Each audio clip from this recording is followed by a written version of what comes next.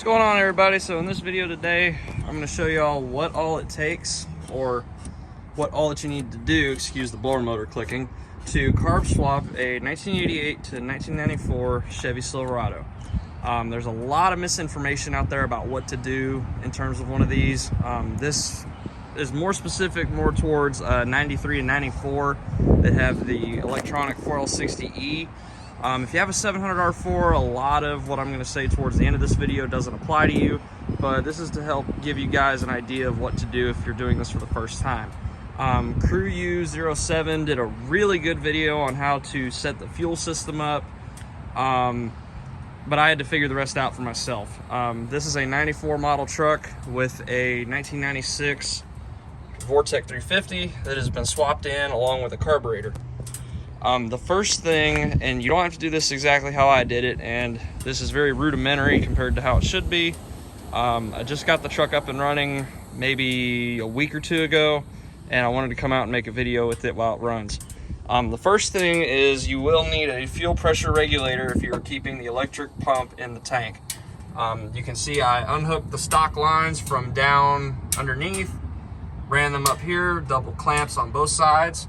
This is my return. And then this is my inlet, 3/8 inch hose with a 3/8 barb fitting and 5/16 hose with the wrong barb fitting into a return style regulator with a fuel pressure gauge that runs all the way up to the carburetor. Now you can run yours to a dual inlet style that's on this side, or you can do the single inlet like this. I did it this way because I copied what Crew U did. The other thing about the fuel system that not a lot of people talk about is the fuel pump wiring. Now I know some people said that there's a purple and white wire buried somewhere back there that you can hook up to your distributor. That doesn't work. With this, what it would do is the truck would run for 30 seconds and then die, run for 30 seconds and then die. The fuel pump kept cutting out. So what you have to do is come back here, and I know this is real shitty, but come back to your fuel pump relay, and the gray wire on this model year truck, it's probably different for your year, whatever, and find the hot wire to your fuel pump and run it to a wire which is somewhere on this harness. This truck has been completely rewired, but that's a different story. And find a wire on your harness that is 12 volt source, 12 volts hot when the key is on. You do not want this fuel pump running full time. Believe me, I learned the hard way. Second thing about the fuel system, or the third thing about the fuel system, double clamp your hose clamps. If there's not a barb fitting like that, your fuel line will pop off, and life isn't very fun when you have fuel spraying everywhere. The second thing I'm going to get into doesn't really apply if you have a 700 R4 truck with the cable transmission that has the TV cable where that return spring is. If you have a 93, 94 model truck, I don't know about 95s, and I sure as hell don't know about Vortec trucks. If you have a 93 or 94 model truck with the 4L60E, you cannot just put the Holley throttle position sensor bracket on, which I'll get into later, and your transmission will just magically work. That doesn't work, because you're taking away all the sensors, like the coolant temp sensor that would be up here in the intake, and certain sensors that were on the throttle body that you've now taken away. The computer locks out the transmission and it goes into limp mode.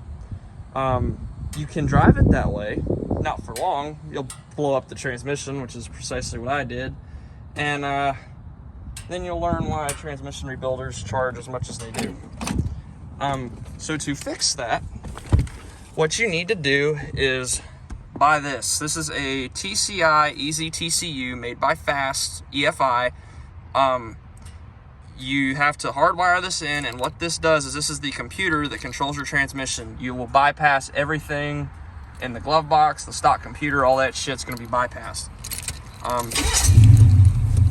As you can see here, this is an $800 controller, or at least it was 2 years ago. I haven't checked the prices yet.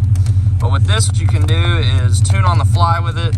You can adjust your tire size, differential gear, how hard you want it to shift, where you want it to shift, and if you have paddle shifters, not that anyone does in these trucks, you can hook up paddle shifters to it. You can adjust, like if you have a tow haul button, if you want to put a button on the end of the shifter here, you can put a performance button on there and make it shift hard or soft, whatever you want. But the biggest thing that this does is it tells you what gear you're in, your speedo, your tach, if you're in converter lockup, and your transmission fluid temperature. None of these trucks, as far as I know, unless it's something I don't know about, came with the transmission fluid temperature. That thing has saved me a bunch. After that, now I'm going to talk about the TPS adapter that Holley makes. This is a badass adapter, and it's much better than trying to rig something up. It's $155. Yes, I know it's expensive, but it works really well. You can see the throttle shaft right there, and whenever I open the throttle, that moves and gives you your signal to make the throttle position sensor work. And then you follow the wires, goes back in there, and the TCI, the computer itself, sits where the stock computer would have been. After you've got your transmission to shift, next thing I want to talk about is the distributor hot wires. Now, this was kind of easy, but if you don't really know what you're doing, it can be kind of a doozy. All you have to do for your hot wires, take your pink wire that comes off, you have a coil that sits right here on the TBI motor. There's a pink and white wire that go inside the truck. You want to take that wire, clip the connector off, and run your pink wire to the battery side and your white wire to the tach side if you have a tach. If you don't have a tach, just leave it alone. And now you have fire, and then you adjust your timing as needed with the stock timing tab down there, and run your vacuum advance like normal.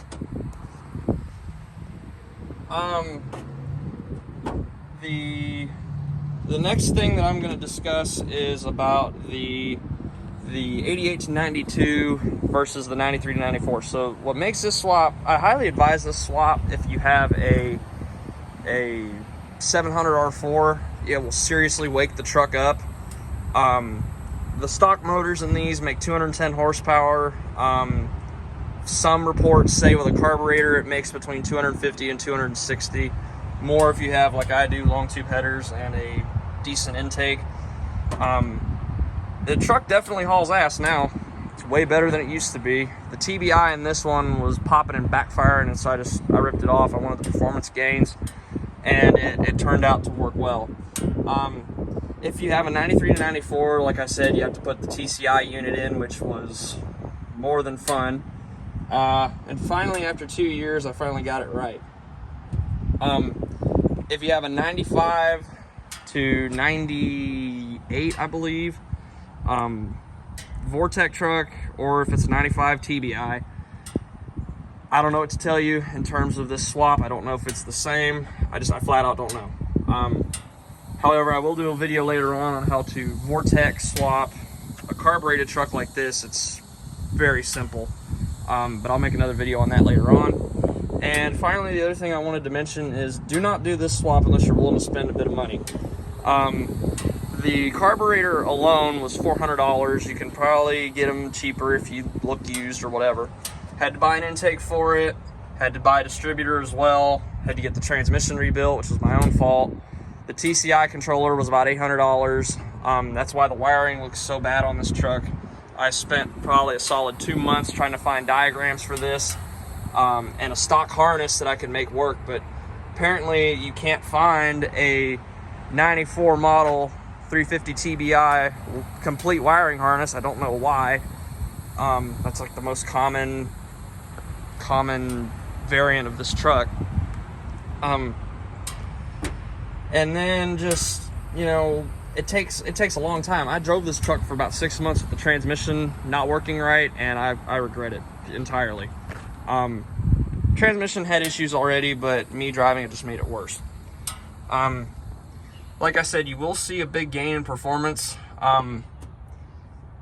It's much faster than it used to be, and the truck runs much better. It doesn't pop and backfire so bad, and you can actually throw power at this and feel the gains.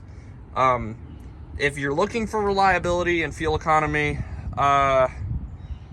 don't really do this. TBI, this truck used to get 14 miles to the gallon before the TBI started acting up. Now with a carburetor, you're lucky to get 10. But no one owns one of these for fuel economy anyway, so it's not like it matters.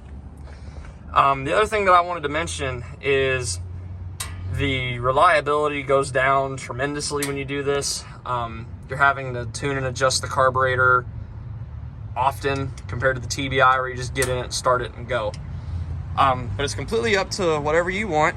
If you want to make your truck run a little bit better, then I highly recommend getting the carb swap. And if you want your 4L60E to act right, you must swap in the TCI TCU. Here's the wires for the TCU that go up to the carburetor, and you're all set. So yeah, I tried to explain everything the best I could. If I missed something, or if you have questions that weren't answered in this video, please leave them in the comments below and I will answer them as soon as I can. Thank you guys for watching. More videos to come in the future. Stay tuned.